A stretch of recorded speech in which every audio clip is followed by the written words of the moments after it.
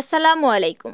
আমন্ত্রণ বিডি মেঘনা নিউজ 24 সংবাদে। সাথে আছি আমি সানজিদ আক্তার স্মৃতি। শুরুতেই জানিয়ে দিব সংবাদ শিরোনাম, এরপর বিস্তারিত।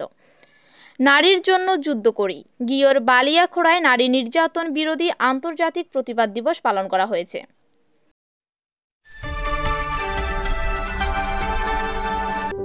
বিডি মেঘনা নিউজ 24। শুনছিলেন সংবাদ শিরোনাম। মানিকগঞ্জ প্রতিনিধি আল মামুনের পাঠানো তথ্য ও ভিডিও চিত্রে এবার বিস্তারিত।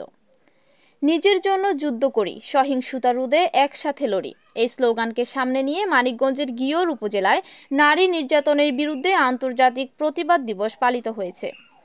সোমবার 1 ডিসেম্বর সকালে গিয়র উপজেলার বালিয়াখোড়া ইউনিয়নের বামনা বিকেএস পাব সস লিমিটেডের হলরুমে এই প্রতিবাদ দিবস উপলক্ষে অনুষ্ঠানের আয়োজন করে নারী পক্ষ।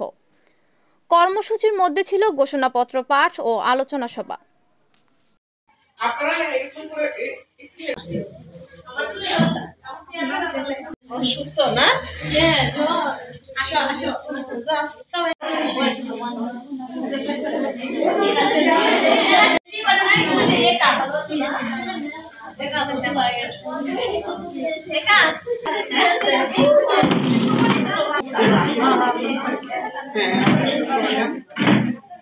অন্ততপক্ষে নারীরা তাদের কথা বলতে পারে, সেই কারণেই এই সংগঠনটা নারী। কিন্তু এই যে কথা শুনে লাগতে পারে, কিন্তু আপনি যদি তাদেরকে বোঝাইতে পারেন এখানে গেলে এই জিনিসটা ভালো হবে। আমার দুইজনে একটু সার্টিফিকেটটা তো করেন, এসএসসি পড়ছেন, পড়াশোনা করছেন, তো সেই সময় একদল এরকম তরুণ নারী তারা এই নারী পক্ষটা প্রতিষ্ঠা করার পিছনে যে কারণ ছিল, তখন 1983 সাল, আপনাদের তখন অনেকে জন্ম হয়নি, অনেক আগের কথা, প্রায় 45-44 বছর হয়ে গেল। সেই সময় যেটা ছিল যে আমরা যেটা দেখেছি যে নারীর জীবনের কথা বলার জন্য কোনো জায়গা নাই। আমরা দেখি যে আমাদের কমিউনিটিতে অনেক ক্লাব আছে যেখানে ছেলেরা যে গল্প করতে পারে, ছেলেরা যে চায়ের দোকানে যে আড্ডা দিতে পারে, মানে ছেলেরা গল্প করবে সেরকম জায়গা আছে।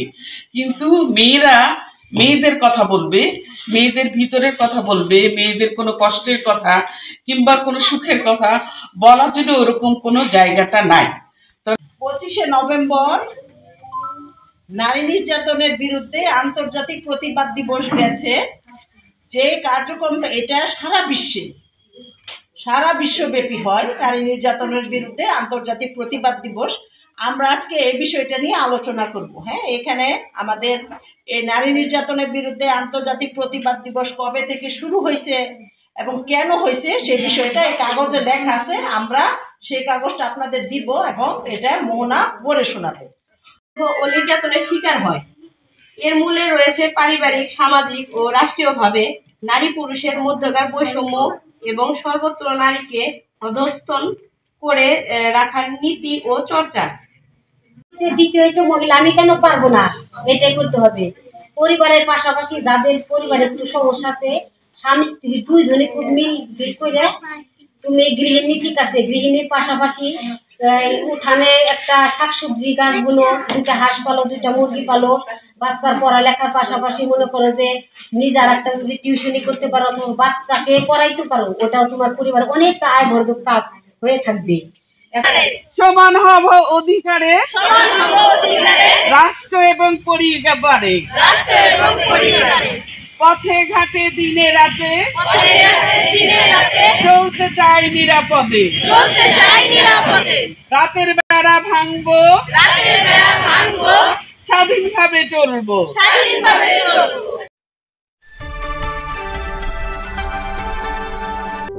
বিডি মেঘনা নিউজ 24।